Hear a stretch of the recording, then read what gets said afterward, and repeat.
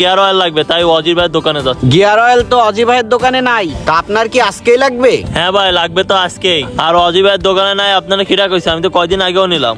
আরে ভাই, অজি ভাইয়ের দোকানে কাজ করি তো আমি, তা কোন মাল আছে না আছে সেটা তো আমি ভালো করে জানি। আচ্ছা ভাই, গিয়ার অয়েল তো এখন লাগবে, তাহলে কোথায় পাবো? ভাই যদি ইমার্জেন্সি লাগে তাইলে আমার চাচার দোকানের থেকে আনাই দিতে পারি। ভাই আপনার চাচার দোকানে টানলে কি ভালো হবে? আর যদি দাম বেশি রাখে? আরে ভাই আমি রইছি তো, একদম কম দামে ভালো মাল এনে দেবো আপনার কোনো টেনশন করা লাগবে না। আচ্ছা, আপনার চাচার দোকানতেই নেবো। আচ্ছা চলেন আমার সাথে। ঠিক আছে, চলেন।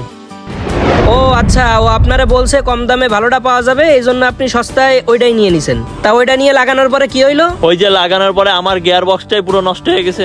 কেন?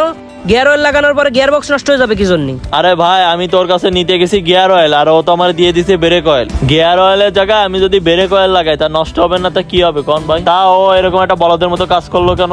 আরে ভাই, ওরে বলদ বলে না যাই বলেন, দোষ তো ওর না।